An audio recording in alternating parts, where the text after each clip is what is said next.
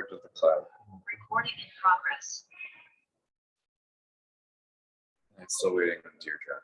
Yeah, she hasn't called me back before. Recording in progress.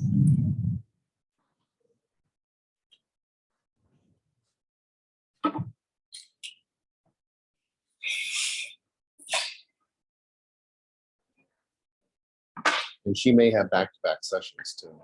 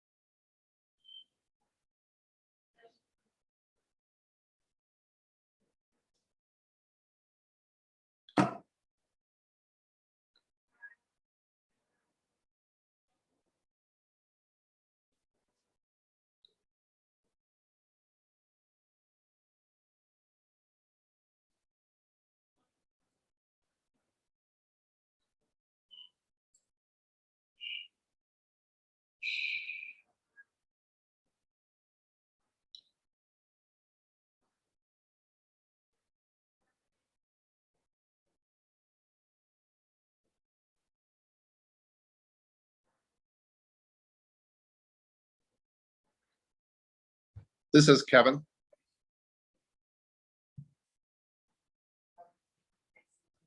Hello? Hey. Mm-hmm.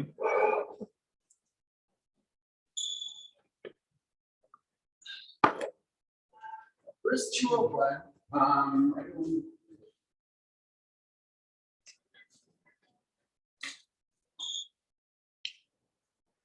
Yeah.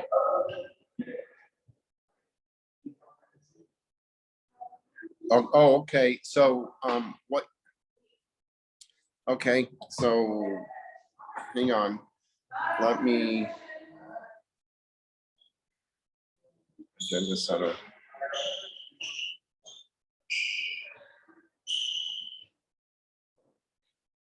I mean, did the presenter not download Hoover?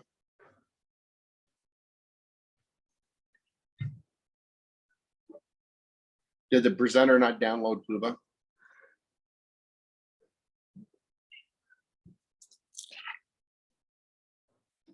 Yeah, they're just Zoom meetings. So if they log in through Hoover, they can unmute and speak and turn their camera on.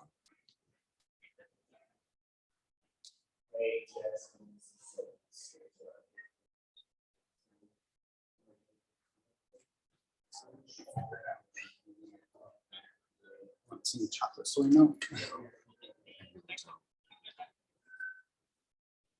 So you mean the one you're going to present from? Oh, Darren. Okay.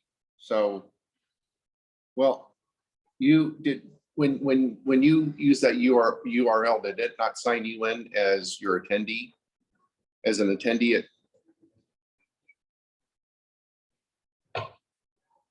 Okay. Okay. So no. So go back where you can sign in on your laptop, and write this down. This is my Zoom attendee credentials. Okay.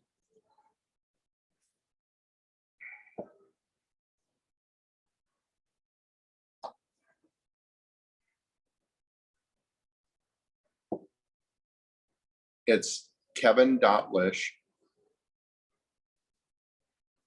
at all ALL under UNDER 1 ONE roof.org, and the password is my grandmother's name, Reba, R-E-B as in victory A, and the R is capitalized. And it's her month, November 1/1. She was born on the 13th. So it's Reba 1113.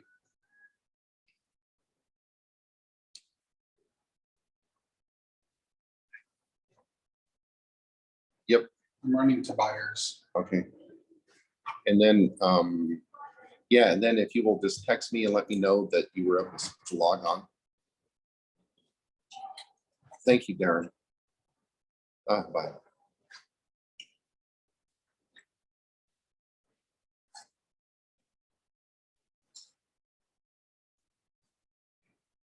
Who's having fun yet? Me too. Woo. Feel really bad for us instead of Yeah, I do I'm having too. the best time. you're here to learn, so. And build community. And hang out with Kevin. Yeah, so we need to kind of watch this to see if any, Technically, I meant all 8 of them. yeah, Which one's more interesting? I told it, when I set these up, I said, do not do a waiting room, but we have waiting rooms. I've got it. And then this one's super easy because it's still not going yet. Hey, Clay.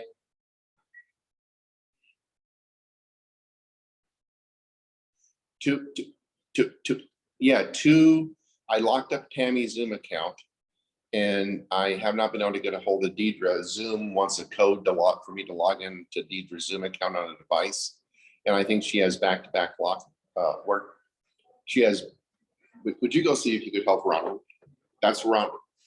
That's Ronald Johnson, head of the caucus. Just introduce yourself, Greg. I'm sorry, Clay. Okay, yeah, if she could step out and call me, I'd love you forever. I mean, I'm gonna love you forever anyway. But anyway, I'll love you forever to infinity if you can have Deidre call me.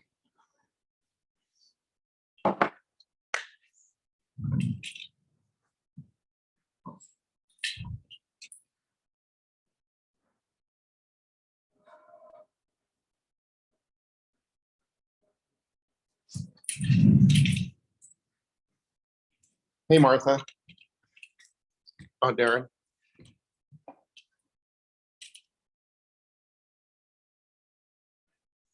Uh-huh. Yeah.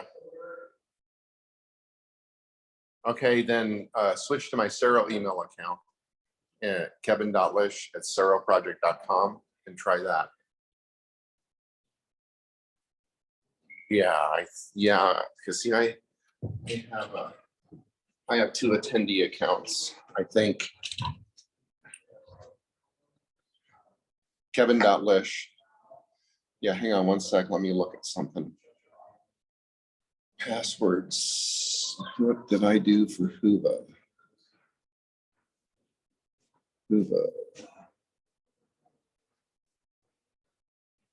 Yeah, okay, my password for my admin is different from that. That should get you into my attendee account under the Sero Project.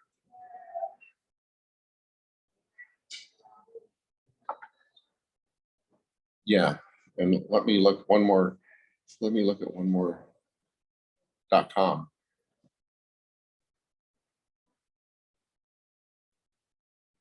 Let me go to general because I would have not been an employee for Indianapolis. Do I have a Hoover?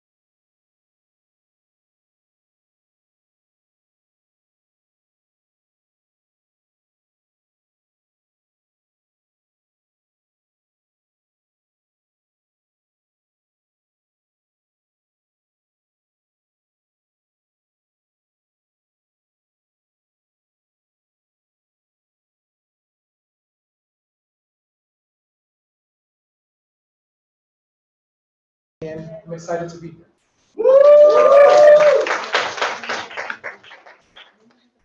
Hi everyone, my name is Flannery. I use she or they pronouns. I am the policy director at Cluster Women's Network. Really happy that y'all are here.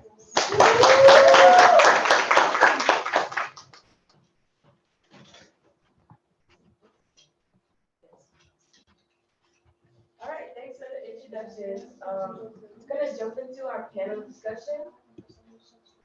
And my first question is for Elena. If you could just tell us a little bit more about HNP's principles.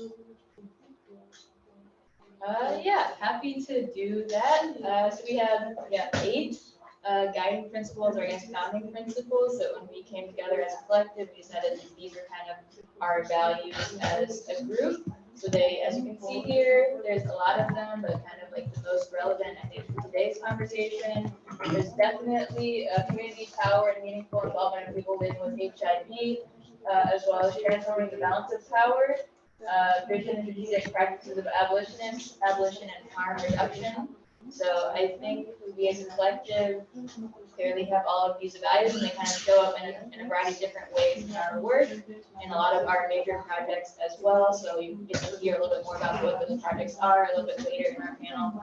But those are the kind of the things that we try to abide by as a group, and we try to kind of make our collective as intersectional as possible, and kind of really let those values and principles shine in the work that we do.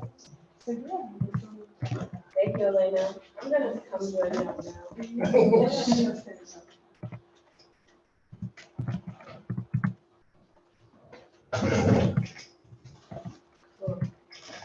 Sorry, my voice doesn't project so well, but this question is for anyone. It should be noted that the HNP collective is multi-year and multi-partner, and we're committed to taking an intersectional approach to HIV decrim. So why was it important to join your respective partner resources and institutional knowledge and take this collective approach to decrim work?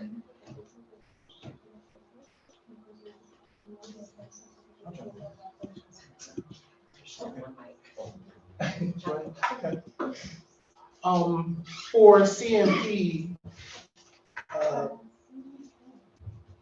HIV decriminalization has been part of our work since the very beginning. With the work that we did around advocating for Michael Johnson when he was incarcerated. And it was important for us to be part of this collective, one, because of the work that we do around narrative shift. We feel like it's very important for us to be able to use that to be able to help with decriminalizing HIV, but also to work with other amazing organizations to be able to do this as a group. There are so many things that we have to do in order to decriminalize HIV that we can't all do it as individual organizations or as individual advocates. So it was important for us to join with these folks who we love and who we support and who we rock with to be able to do this work together. Thanks, Johnnie. Maria? I mean, I was really literally gonna say that. You said it a lot better than I could have. And I think also each of us wanted to strengthen the skills that we already had for those of us that have a membership base. So like at Sero, we half of staff at Sero is a PWN member. I came into policy work because of PWN policy fellowship. So wanting to enhance the skills I got there that helped strengthen my leadership at Sero, it only made sense that we joined together to share those skills for other advocates. And I think so far it's working really, really great.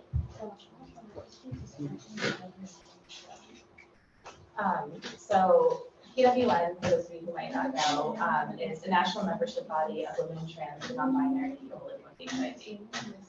We do our work a couple of different ways. We do a lot of leadership development, specifically with BIPOC folks living with HIV, who are trans folks.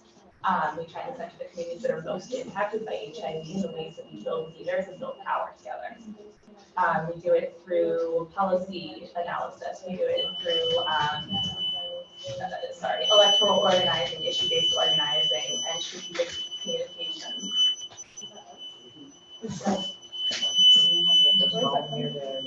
It's the machine. But you kept on. Oh, Okay. Yeah, and so part of the reason why we're really excited to be in the HNP collective is because the ways that PWN shows up around HIV criminalization is really highlighting the ways that women often experience HIV criminalization as a tool of coercion and violence from the state and oftentimes from partners. And so we wanted to bring that perspective as well as joining the ways that we think about leadership development, like Kamaria was saying, through the policy fellowship as one tool. And then the Sero Project has the SPJI. And so we have these different kind of like ways that we're working to build power. And so using those and bringing them together has made us, I think, stronger and better able to see ways that we're not able to, like Johnnie said, do it all, and we can lead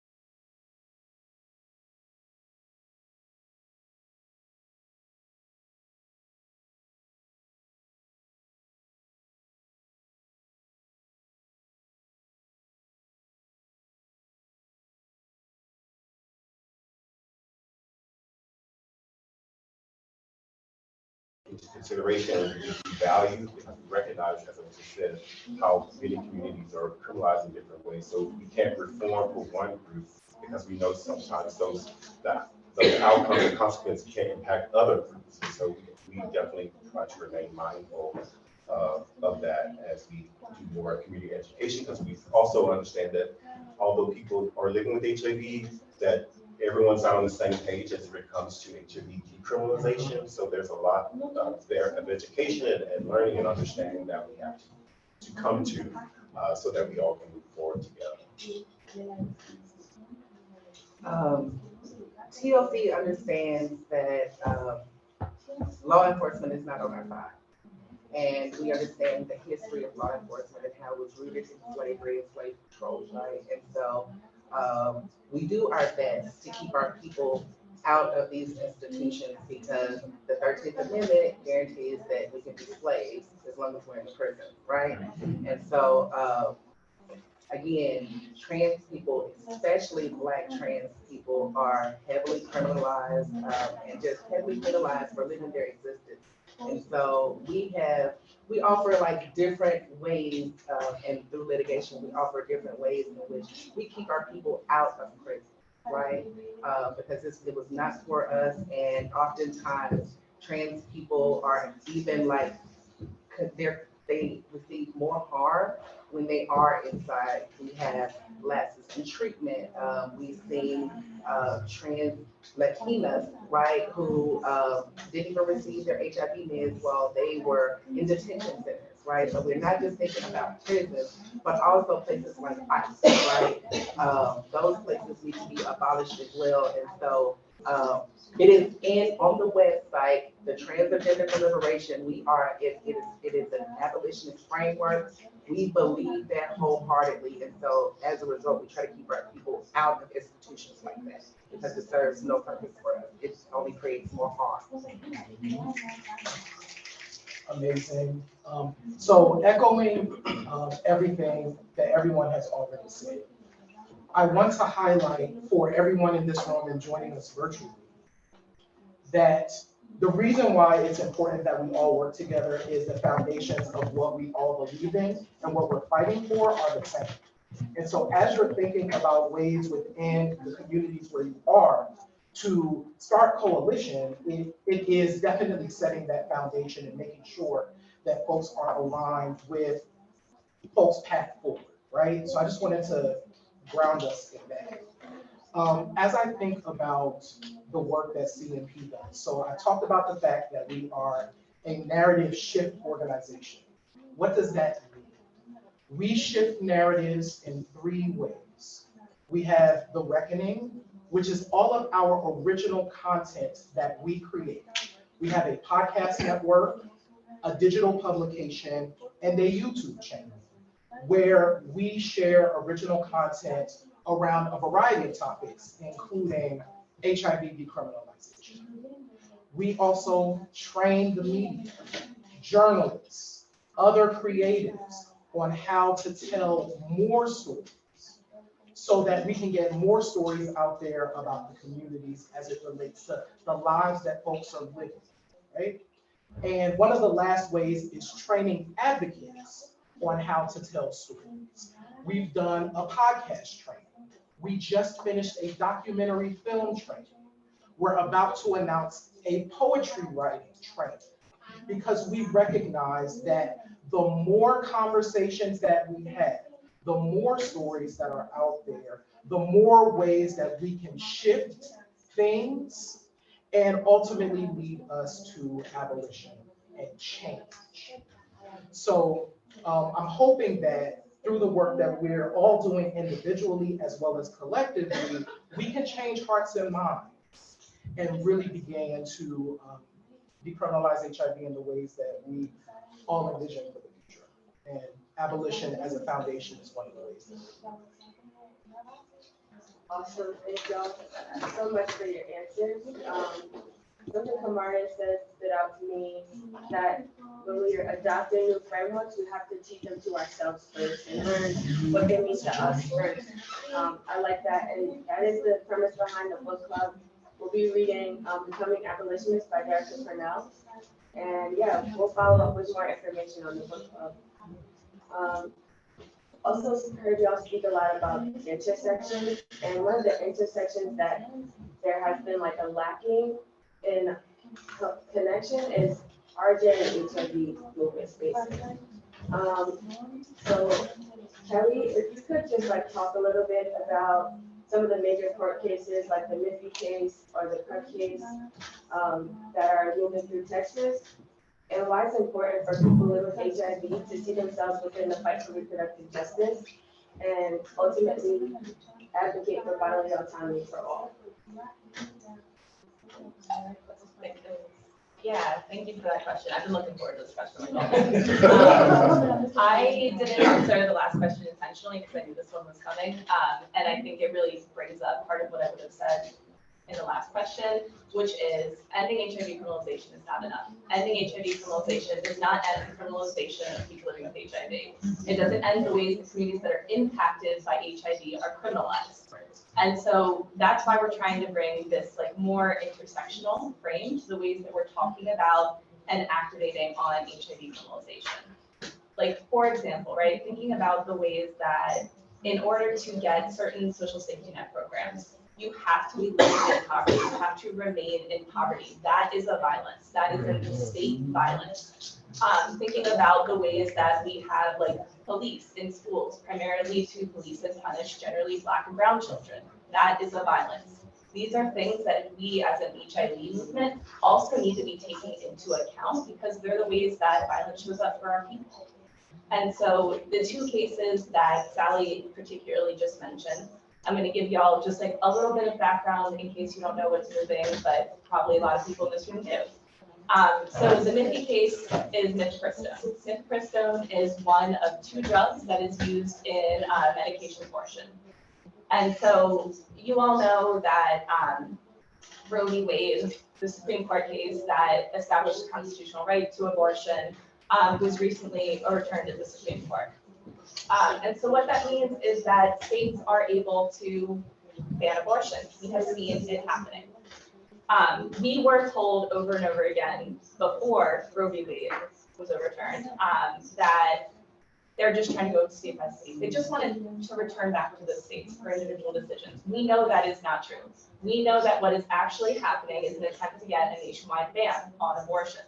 And we see that now with this mifepristone case. They're attacking the ways, one of the most common ways that folks access medication abortion is through access to mifepristone.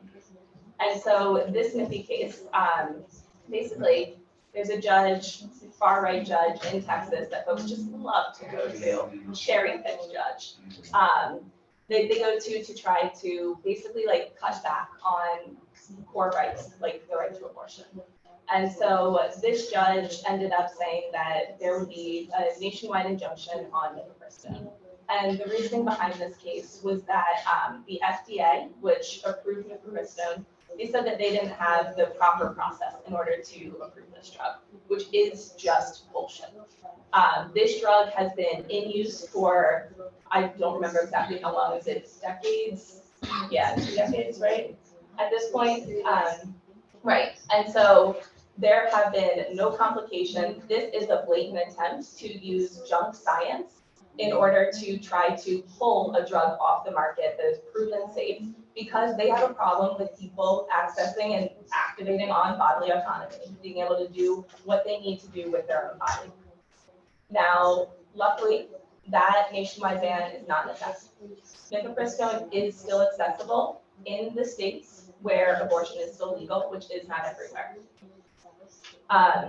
Then the other case that Sallie talked about is called Braidwood. This was an attack, yes, on PrEP, but also on preventative services in total.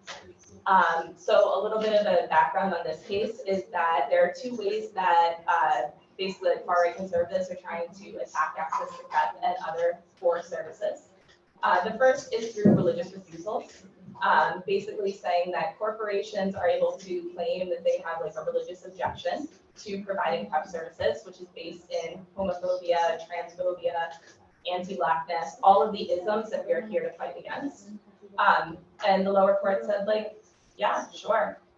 And what that means is that individual employers can say, you know what, I have a religious objection, and at that point, they do not have to provide PrEP without copay. Then there's another aspect of this case, and I'm sorry if I'm getting a little bit weedy, but this stuff is exciting for me. There's another aspect of this case where the ACA basically said that certain preventative services are so important, are so key, that you should not have to pay for them. They are preventative services, we all need them. And they tasked certain bodies to say what preventative services are so important and so key that they should be covered without any out-of-pocket costs. And one of those bodies is called the USPSTF. It's the United States Preventative Services Task Force. And so what this lower court said basically is that that body is not a constitutional body. And so what that means is the recommendations that they made that things like PrEP and other screenings should happen without out-of-pocket costs, hypothetically would no longer have to happen without out-of-pocket costs. And so it is adding back in that layer of financial barrier that has prevented people from accessing preventative care. So this impacts both PrEP and the wider regulatory state. And so wrapping all of this up together, why this matters is it's an attempt to chip away, both the mifepristone case and the Bracelet case are trying to chip away at these trusted regulatory bodies and instead turn power over to these like unelected far-right courts to cut back on really basic and important healthcare that is proven safe and effective, that folks need access to. All of this wrapped up, the underlying root cause here is an attempt to restrict people's bodily autonomy. It's an attempt to make sure that folks cannot access or have extra barriers to access the care that they need. So we have this layer also of like classism, right? Of just saying that you need to have enough money to be able to travel to another state, to be able to find a different abortion procedure, or to be able to pay your copay to get PrEP or cancer screenings as it is.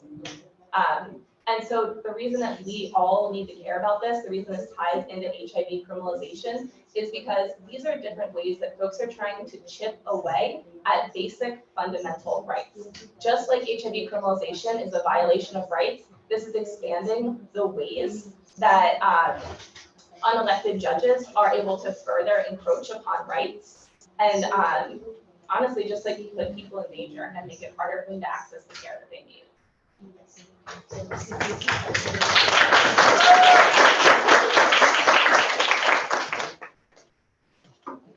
Thanks, Kelly, for that explanation. I heard the excitement in your voice.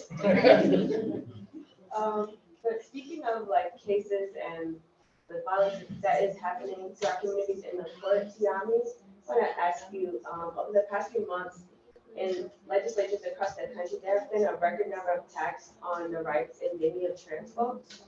What's your perspective on how the voices of people of trans experiences with HIV and Black and Latinx communities, which are most impacted by HIV and by multiple forms of state violence and oppression, are being heard, including within HIV advocacy spaces? So what are some of the challenges and opportunities that you see for BIPOC trans folks with HIV in developing their leadership within our movement? Challenges. Meeting people where they are, right? Not everyone can be visible. And we live in a digital age where everything that you do can be recorded. So we have to be mindful of people's safety when they leave spaces like this, right? And so, but not to say that people haven't stepped up, especially like we have out of positivity training. We have one in South Florida, trans lieutenant in South Florida, who when Florida said no, we're not gonna do, like, we're not gonna give you hormones, she got the 340B funding, right? So that she could provide the necessary resources to trans people in that community, right? We have Black trans members who sit in offices that send recommendations to the president, right?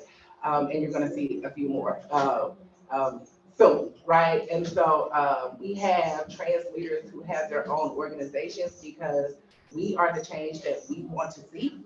And when it comes to HIV spaces, it's still the same stuff, you know, regardless of whether you put out warnings and all types of things, like people are coming from different areas. And so there are sometimes when trans leadership is not respected and we have to get a little louder, you know, and so, but all of that to say, like, I am so proud to be working and to be bringing on new leadership, right? And so we're not gatekeepers in Positively Trans.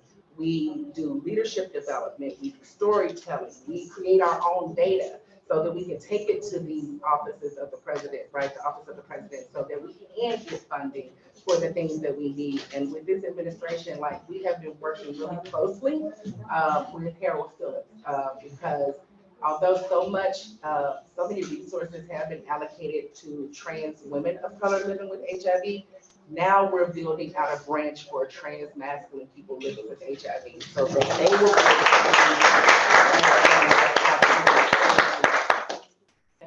so that they will be able to do the same thing that Positively Trans, the original cohort or leadership body, was able to do, which is get that data, because we're told that, you know, we don't have the voices, we don't have the numbers, and so, but we have the people, we have the connection, right?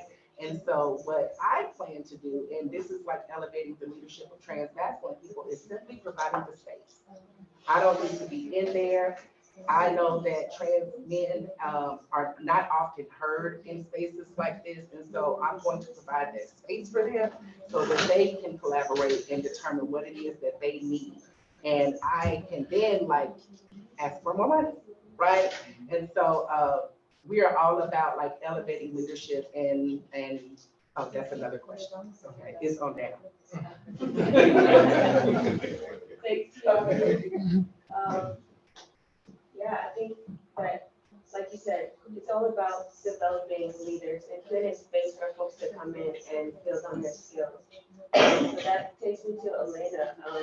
Can you introduce the vision behind the HNP Advocates Project and tell us a little bit more about our new 2023-2024 cohort? Yeah, I would be more than honored to. I guess I just want to preface this by really calling attention to remember Remsky Evans, one of our HNP advocates who was on the screen earlier. She was in our first cohort of HNP advocates last year, and we lost her about a month ago now. She's supposed to be here at HINAC, so just keeping her and her family in my thoughts as we kind of start talking about the Advocates Project. But yeah, the HNP Advocates Project started last year with our first cohort of 4 advocates from Mississippi, Louisiana, Tennessee, and Indiana. So we basically kind of recognize that historically leadership within HIV decriminalization coalitions across the country have not been led by people living with HIV, let alone Black, Brown, BIPOC, trans folks living with HIV. So we really wanted to kind of start putting our people in place so that they could eventually leave their local state coalitions. So we selected those 4 advocates from our first cohort, and we provided those advocates with mentorships through coaching. So I myself was a coach, Kamaria is a coach as well. Just kind of providing technical assistance to our advocates with anything that they like had questions about, or just like navigating coalition dynamics can be hard, especially like for newer advocates, and just kind of being a sounding board for them as they kind of entered into their local state coalitions. And yeah, we just kind of watched them flourish really over the past year and grow in their advocacy, from, you know, going to their respective state capitals for Advocacy Day, to testifying, to being on webinars. We really kind of saw them grow, and we really see so much potential in them in terms of like, okay, like these are folks who really think could lead their local coalitions one day. We want to resource them so that they can have all the skills and knowledge that they need so that they can step into those leadership positions. And most recently, we just got a new cohort of advocates that will include 7 total advocates. So we're keeping our advocates from last year. We just got 4 new advocates. I believe I see 2 of them in the room right now. Elena and Kenya, I want to give a little wave to the people.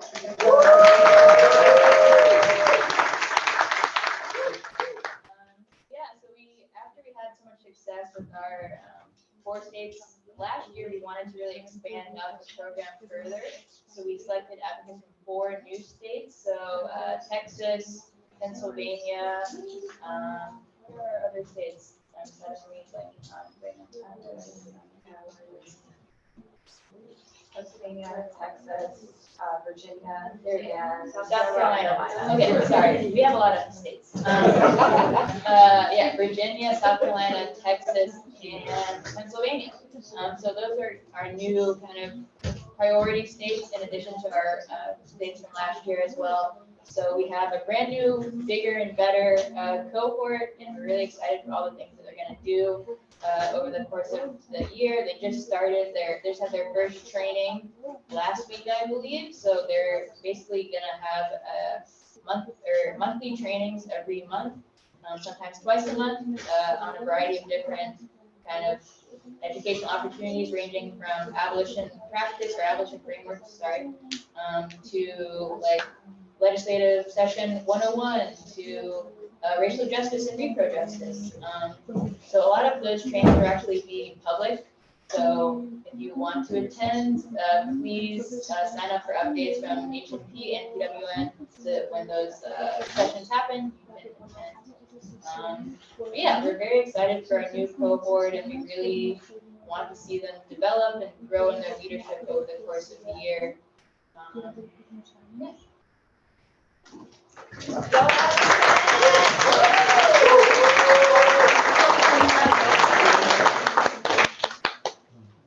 I want to say congratulations again to Marlena and Kenya. We're so excited to have you. Excited to have y'all join the collective and as advocates. And like Elena mentioned, a lot of the work that y'all will be doing is working with your state coalitions on decriminalization. So Kamaria, I know Sero supports a number of state coalitions. Can you just talk about some lessons you've learned in regards to working effectively within the coalition spaces and centering those who are most impacted? Yeah, so working effectively. I mean, all jokes aside, like, you heard in the welcome, like, there has been effective change because we have had advocates that during the pandemic were able to have reform in their states. So things are working, but making an effective, consistent blueprint that does not exist. And every state is different. Political climate changes things. Advocates get burned out. Their own life circumstances can bring them in and pull them back out from the work. So as Elena was talking about the advocacy program, one thing that I think I'm really proud of through Helping Out Prisons is that we're very intentional about modeling MIPA in a way that, you know, we're always calling out other organizations because they only give us a $25 stipend here or a gift card there, but we are intentional about, yes, you're going to be in this training program and you're going to be part of SPJI, which is the Sero Project Justice Institute, but this is like time out of their lives, and that needs to be valued. And so, you know, advocates get compensated through that. That's a small monthly stipend. So I think that helps us position us to be better models of MIPA and how to like really effectively support the folks that are leading the work through their lived experience, sometimes having to live through being criminalized while making the change in their state. So that's one, I don't know if that's necessarily a lesson learned, but it's something I'm proud that we've been able to collectively come together and address because other funders and other organizations weren't helping us do that. Another, I guess, lesson I would say would be around, well, how many of you all did your state strategy meeting yesterday? How many of you all were a little overwhelmed by that package? Yeah. So, okay.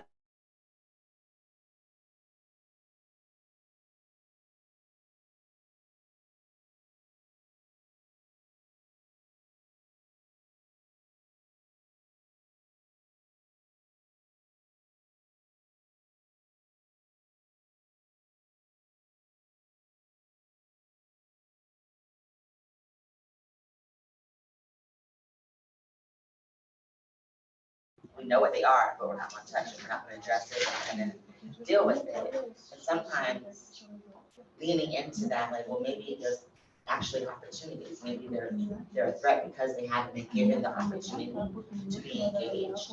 So encouraging coalitions to create, well, supporting coalitions in creating like state databases of different stakeholders that may be seen as a threat in one state, but it's actually an opportunity in another state. And making sure you're having collective conversations amongst state leaders. So Sero hosts a community conversation call.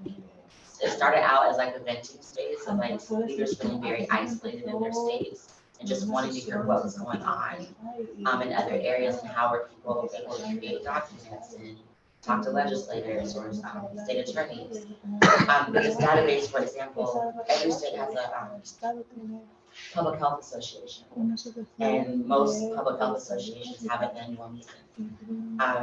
So inviting yourself, your coalition, your leaders who can talk about criminalization into those spaces has been effective.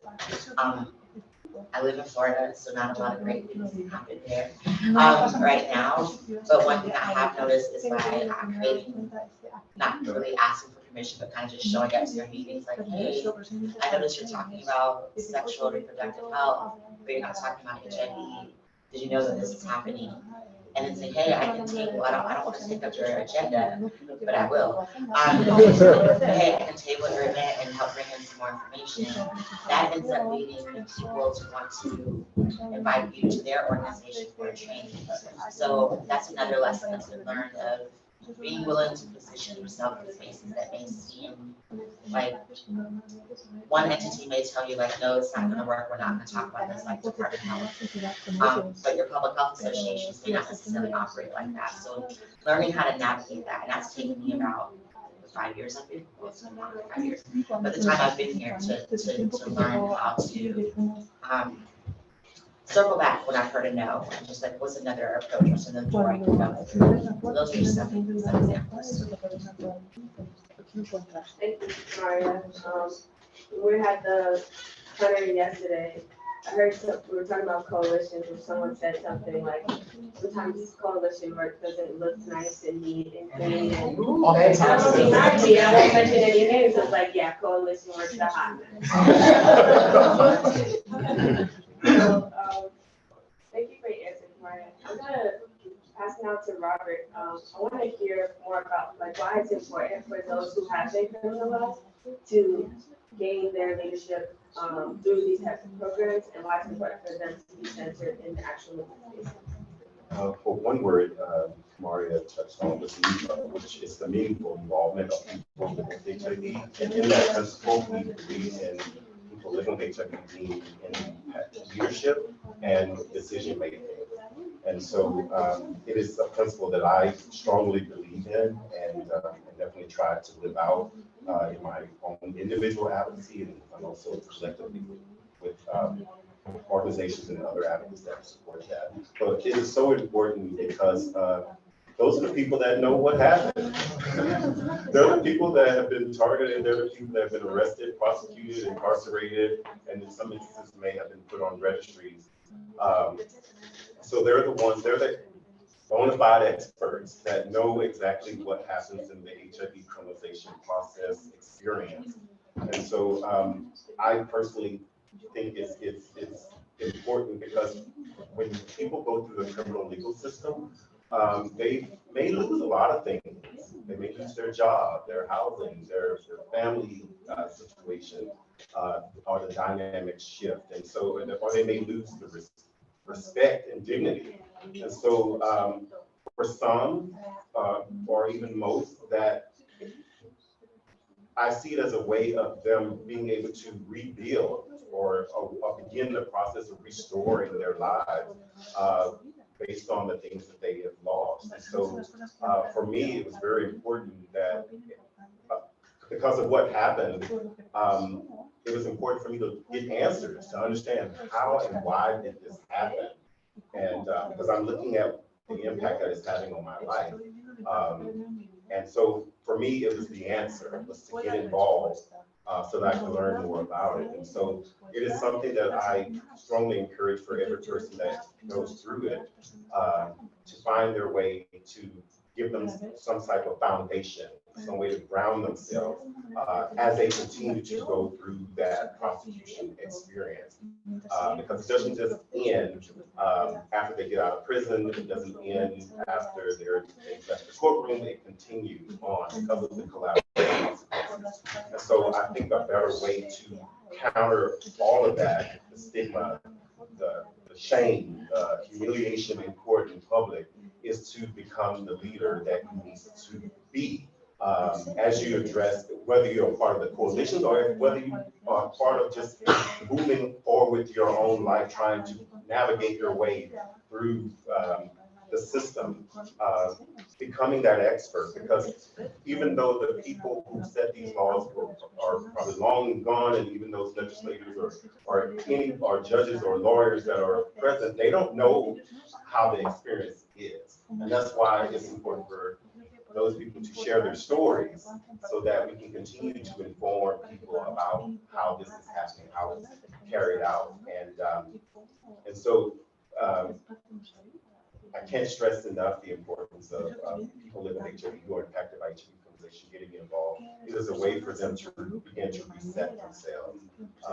And through by me and others who have experienced this, we hope to be encouraged and support each other. I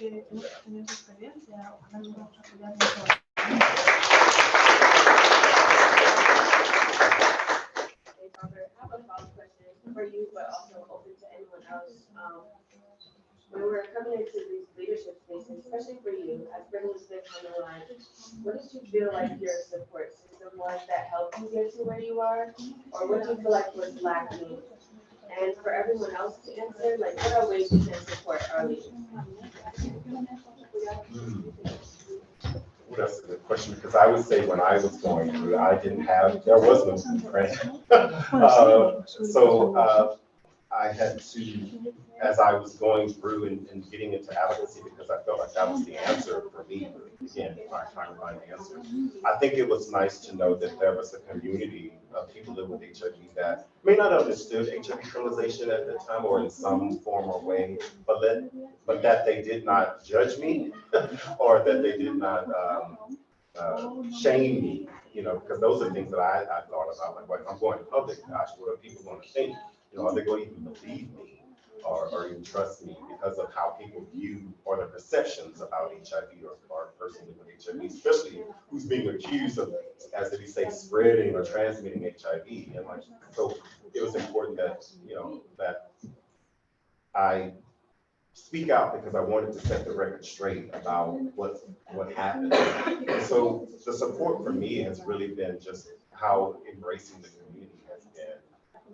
And understanding wow, this is really happening and what this person's going through, they're telling the truth, that this is something that really happens. And so it's been really good to see how our networks of organizations and other advocates have really embraced this issue and in turn to embrace those of us that have been directly impacted by criminalization. And so, and then also, again, trusting us as the experts and creating the spaces for us to do that and to lead and to be engaged in the decision making, because we do know what we're talking about, and respecting that, truly respecting that, and not judging people based on how they look or whether they have a degree or whether they understand public health or anything. But one thing the person knows is what they've gone through.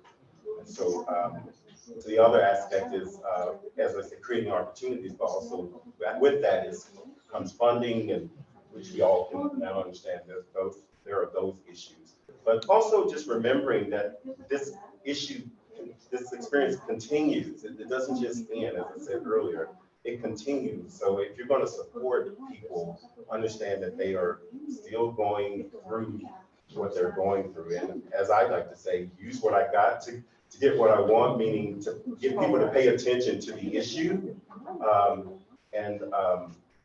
I lost my train of thought there, but it's really that keeping people aware of what's happening and not thinking that it just ended. And I think as we expose the experience of all different communities and how they experience criminalization, the same level of support is required and is needed.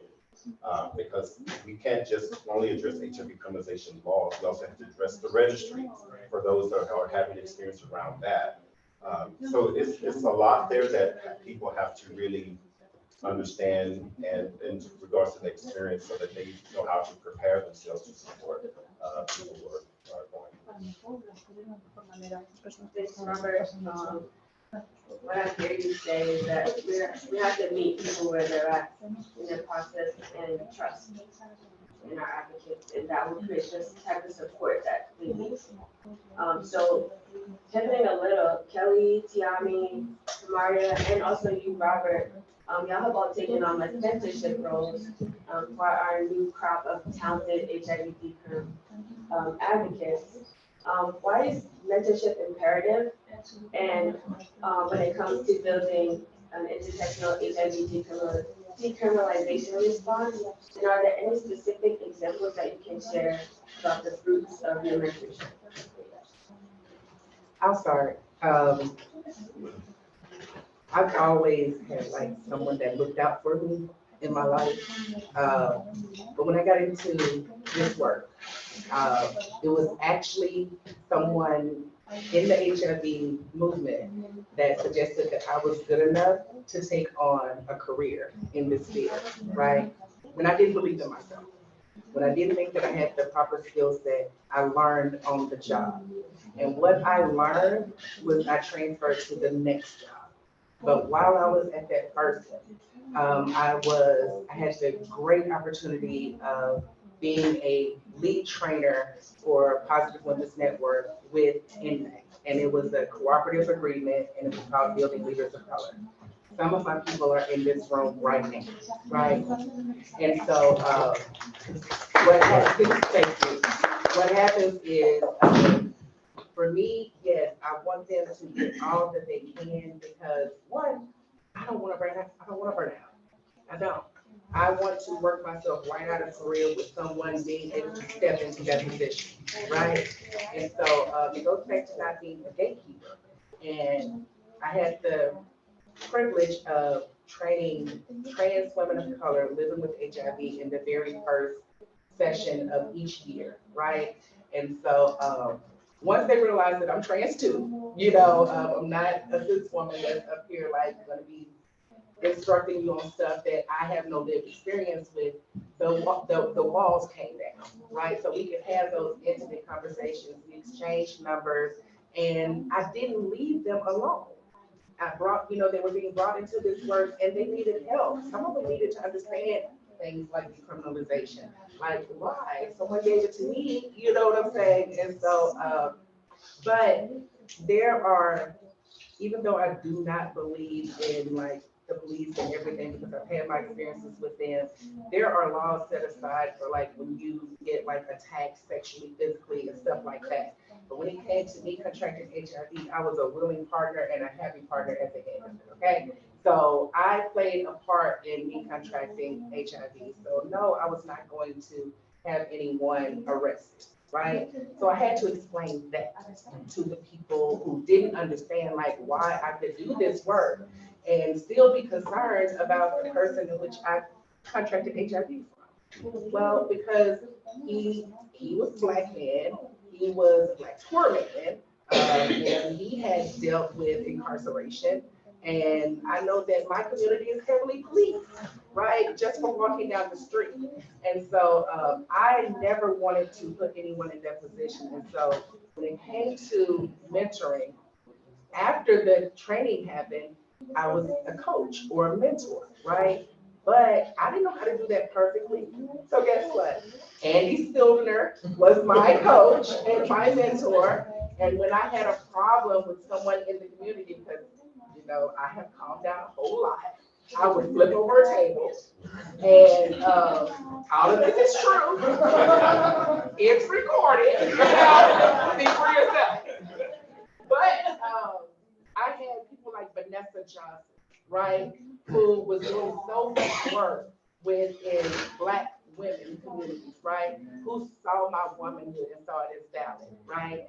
And so when I had a problem with someone who had like an elevated leadership role than me, and I didn't know how to come at them and let them know the harm that they had done to me, it was Vanessa who talked me through that, who walked me through that, and we're better for it, right? And that person is here on the campus, and we didn't hug so many times, but because people didn't leave me out there by myself, I chose not to leave people out there by themselves, right? And again, I don't want to do this work forever. I don't. I want to be a little cottage somewhere by some water, and I just want to be able to live, love, and lead openly. And so that's what I hope for the next generation of people coming in. And if they have problems, they know that I'm a resource.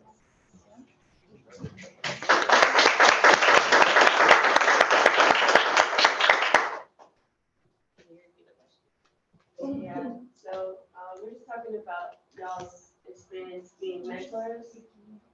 So share any challenges or highlights of your mentorship? Yeah, so I think mentoring other people living with HIV, I mean, Tiommi really said it, like the folks that I've come across and become their mentors, some of them told me I was their mentor, like, they're like, Right. I'm gonna follow you. Yeah, like, I'm following you around, I wanna walk in your shoes. I was like, I really don't, but, then you have folks that I've been at conferences and I've seen people in sessions like this, and just something tells me to like reach out to them. And because the reason why is because I see myself. I see like I'm an inquisitive person. I'm always the person. I am the person on the Zoom that's like, I have a question right when it's over. But I'll end the Zoom and I'll email you offline. But I won't hold you hostage. But when I pay attention to folks like that, I'm like, they're asking these questions because the wheels are turning. And I know in sessions like this, the presenters don't always have time to do the things. So when I see people do that, I try to like connect with them and try to help them the best I can. And I think it's important to seek yourself when you're out in spaces like this. Like, gravitate to those people that are exhibiting things that you resonate with, because they'll probably learn better from you. I also am thinking of folks that I've mentored, I've seen this like growth, and I don't even want to say I've mentored them. Like they were a part of a program that I helped to lead, and so if my SPGI folks raise their hands, Bearfield, they.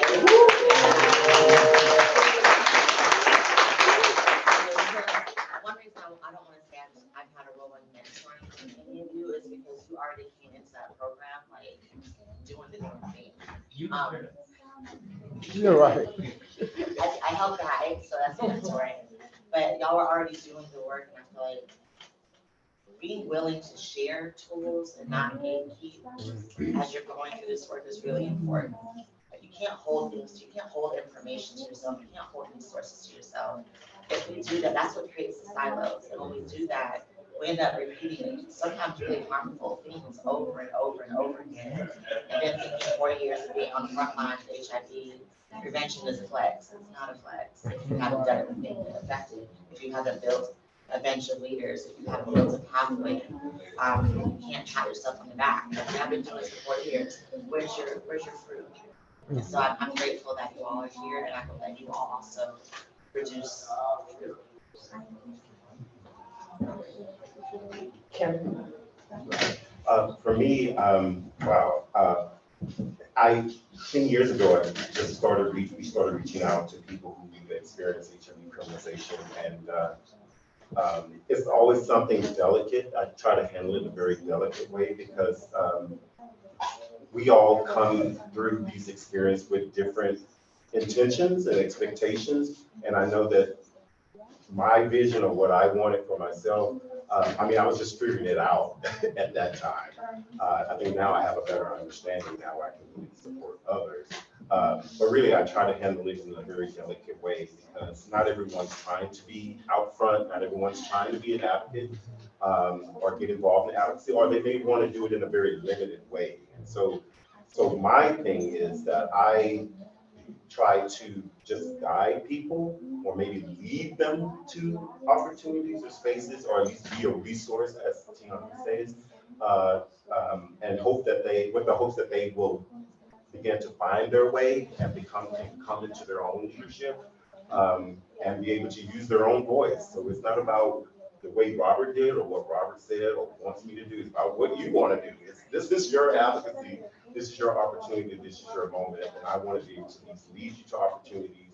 And not only just opportunities with platforms, but also look out for you in a way that makes sure you're getting paid for your emotional labor. Now that I really go back for, because I recognize the value in that and what people need. You know, always being mindful of what people need and maybe what they're sacrificing with their time, with their sharing about their experiences, or even in their development as leaders. Like really looking out for them and make sure that the path is clear for them and that we're not just like leading them blindly. And so one way I'm proud to have done that is, of course, through the Sero Survivors Network, which is kind of what we called it earlier 10 years ago, and now being able to do that through the Elizabeth Taylor AIDS Foundation, HIV is Not a Crime, Council of Justice Leaders, which one is in the room here today, Tiommi. And so there are several others that are not present in this room right now, but that's people that I am so grateful to have the opportunity to continue to work with and also see how they blossom in their own way and come through their experiences. And now they're leaders, and I am proud of them. I am grateful that they have trusted me enough to allow me to be able to support them, and it's been really great. So I get emotional, especially yesterday, because I see the potential and I see how far they've come, and I couldn't be more proud to see them doing it for themselves. I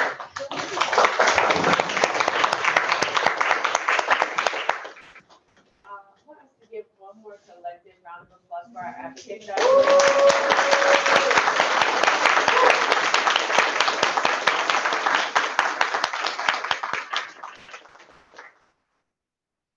Features right because of y'all.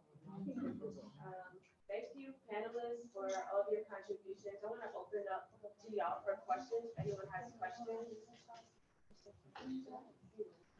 Oh, yes, we do. Thank you so much. Got one over here, one over there.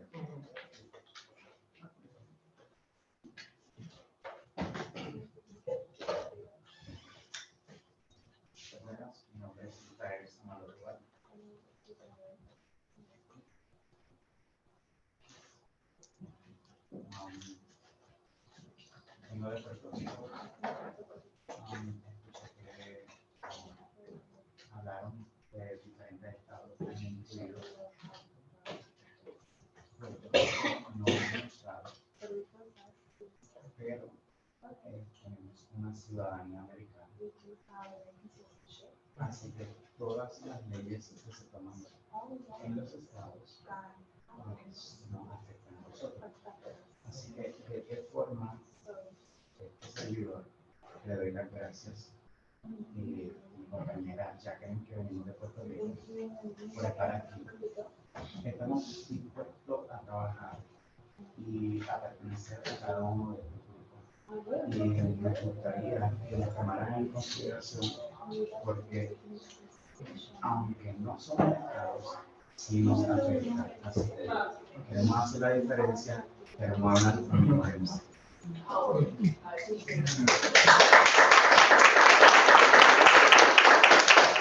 And if I may add something, I think there's also a question of like eligibility for maybe some of the fellowships for Puerto Rican residents too, if that's like something that's been like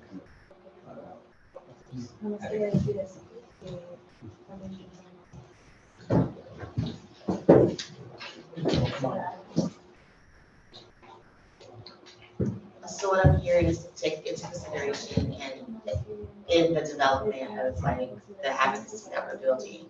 And I think that's definitely something that we're here to do and discuss as a collective and make sure we identify accessibility and the resources and the proper funding to make it work, so it doesn't feel like a challenge to be able to participate, if that makes sense. I was trying to see if there were questions. So I had a question based on earlier in the conversation, we talked about synergy between movements. And in Central Florida, our highest co-occurring condition with HIV is substance use. So where do you see like a chance for there to be a collaboration between the decriminalization of HIV and the decriminalization of drug use? And is there something that you would recommend if we want to start building that in our cities?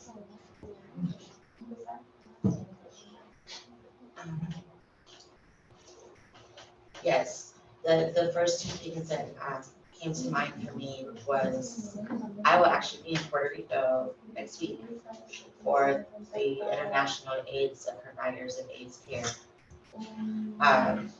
conference, adherence conference.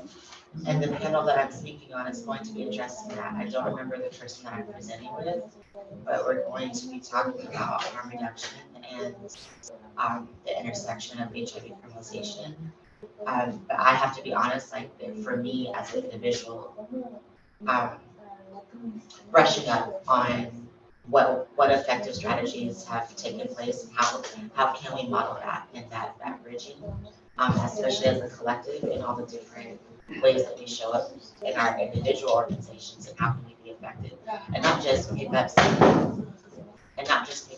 that looks cute, not just slapping a hashtag or a campaign on something that's meaningful.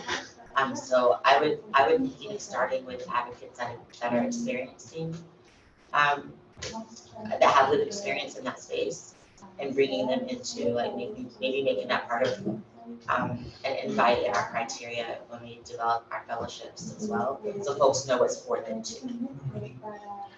And I would add, not just to mentor or guide them, but also for giving them opportunities to be faculty or coaches, to do trainings for us and compensating them for that as well.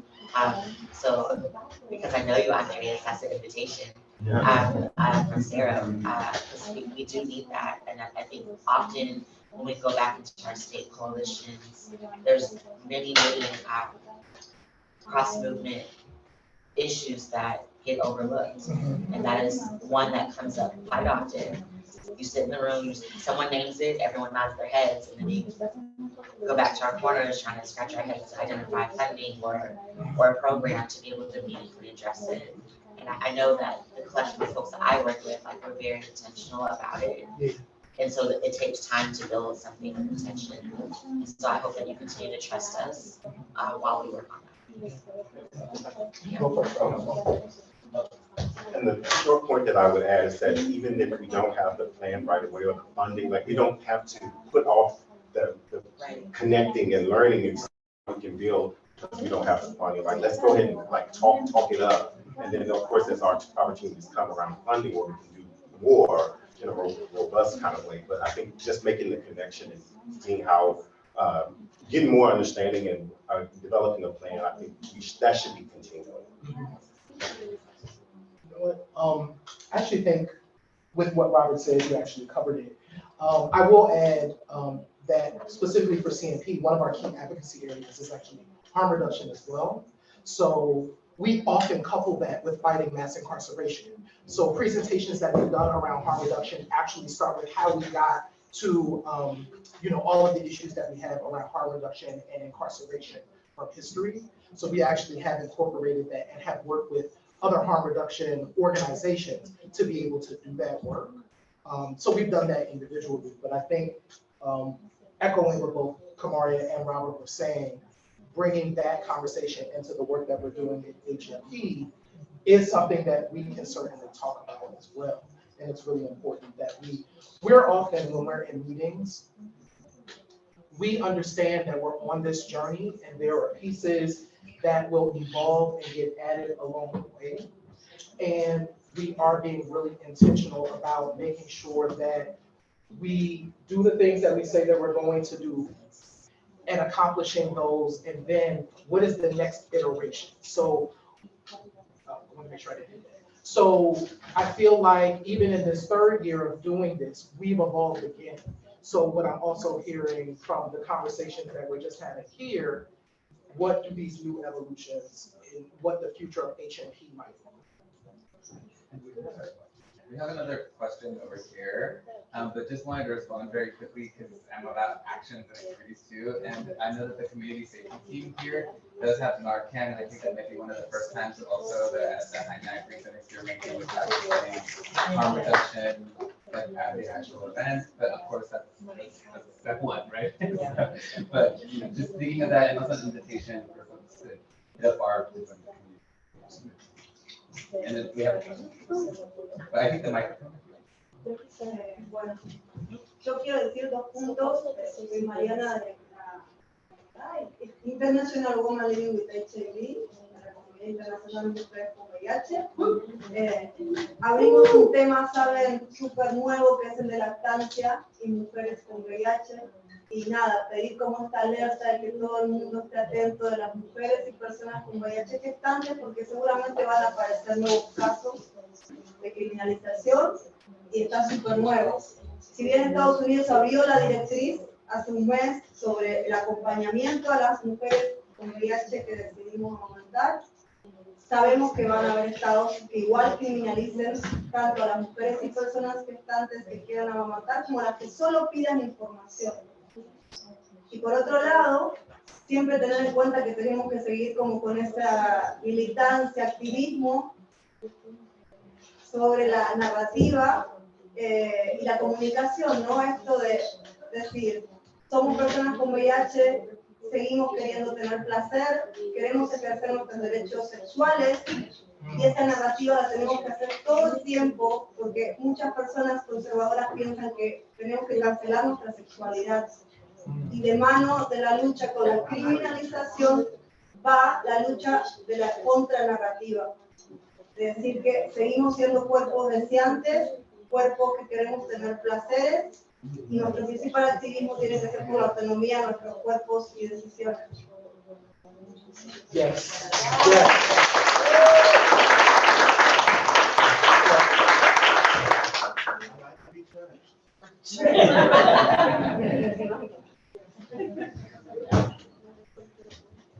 And for anyone in the room that is actually looking for resources on chest feeding and breastfeeding, Olivia is here. She's there, and the Yale Project has a trove of information on that exact subject, and actually leading that work in the United States, from what I've seen. Thank y'all for your questions. We have time for one more. Hi everyone, my name is Timothy and I'm actually from South Africa. What I just want to say was to thank some of you activists and advocates for all the groundwork that you guys have done before some of us get here. We were in like a small meeting with some people from Kenya yesterday, and we were actually discussing about this. Had it been that some of you guys have not done all these things I'm hearing now, only God knows what will happen with some of us are here. So I want to applaud you and I want to say thank you to you. God bless you. Thank you.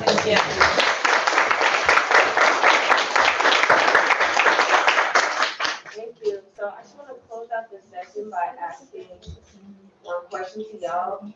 What does it look like when you win? Hanging out at Tiommi's cottage. I'm gonna cook some good food. Yeah, I love it. And but yes, no, and I think it is. It also looks like we have documented our journey. We have left the blueprints behind, because what we know is that stuff comes around again. So we want to also not just do this work to free us all, but we want to make sure that we leave behind the blueprints for how we got to that point, so that folks 50, 60, 70 years from now will be like, oh, these folks were here and they were doing this work, and here's what they did. I'll say again, it looks like us being able to live, love, and lead freely. Discrimination and stigma and all of those things, right? It looks like us just being at peace. For me, it looks like I'm gonna work myself out of a job. I can retire, right? I ain't got too many years, you know, to be doing this work, because it wears on the body, and we're constantly losing people. We're constantly losing people who are working themselves right up to the end. For me, what it looks like is when most of the states that even our hardest states in terms of the changing the criminalization laws have been changed or repealed for the better.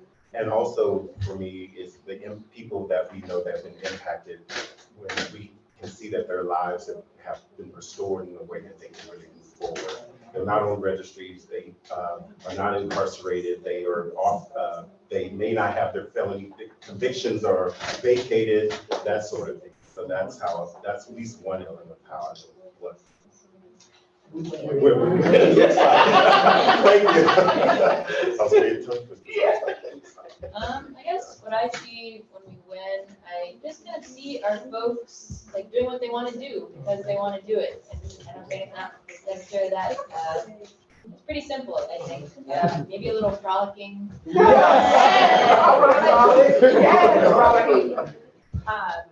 I think plus one to what's been said, especially Tiommi, I think we're all out of jobs, right? None of us need to work. Yeah. We work if we want to, we labor with joy, we do, yeah. But yeah, I think what it looks like is we have worked together to tear down and dismantle these terrible, oppressive, violent systems, including the criminal legal system and beyond. And we're experimenting with systems of joy and healing, and we're figuring out what it's gonna look like together. Yes to everything, all of the above, with the bonus answer. Individually, like we're able to like really love on one another without having to cut it short. Like, okay, I love you, but I want to spend time with you. For example, Marnina, you and I were loving on each other, having a good old time. And then the time had to end because we had to go somewhere else. Like, I want us to be in spaces where we can just sit and breathe in like deep and hold like whatever that good feeling is. And then when you breathe out, you're not breathing out bullshit, you're breathing out more love, you know what I'm saying? That's what I wanna stop feeling the trauma and the residue of stigma in my bones. I want my T cells to replicate because I'm doing well, not because I'm stressed and stressed and stressed and stressed. And I think when we accomplish all of the above, we'll get to that. I really truly, my chronic optimism that I was born with will not let me let go of that dream and hope. So that's what all of that looks like for sure.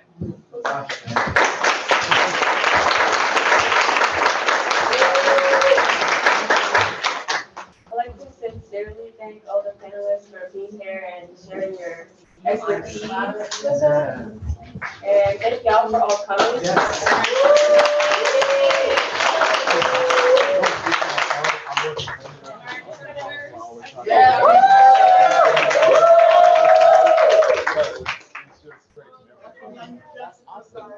No, I actually, like in Orlando, we don't have a big initiative, so I'm trying to learn more. Okay, yeah, outside, it's not, it's still criminalized, like we can't have forensic access programs, but we do function as a forensic access program.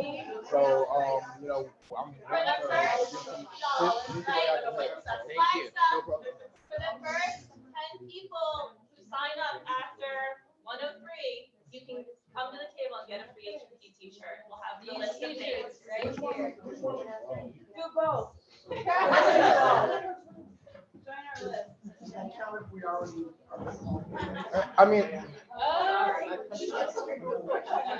signed up We might just before. ask you, so we're gonna pull the list in 103, the first 10 people who are on there get free t-shirts. I signed up at the beginning. Am I disqualified? Folks, everyone should leave your interpretation equipment here on this table. Please, and we'll get that clean up. Thank you.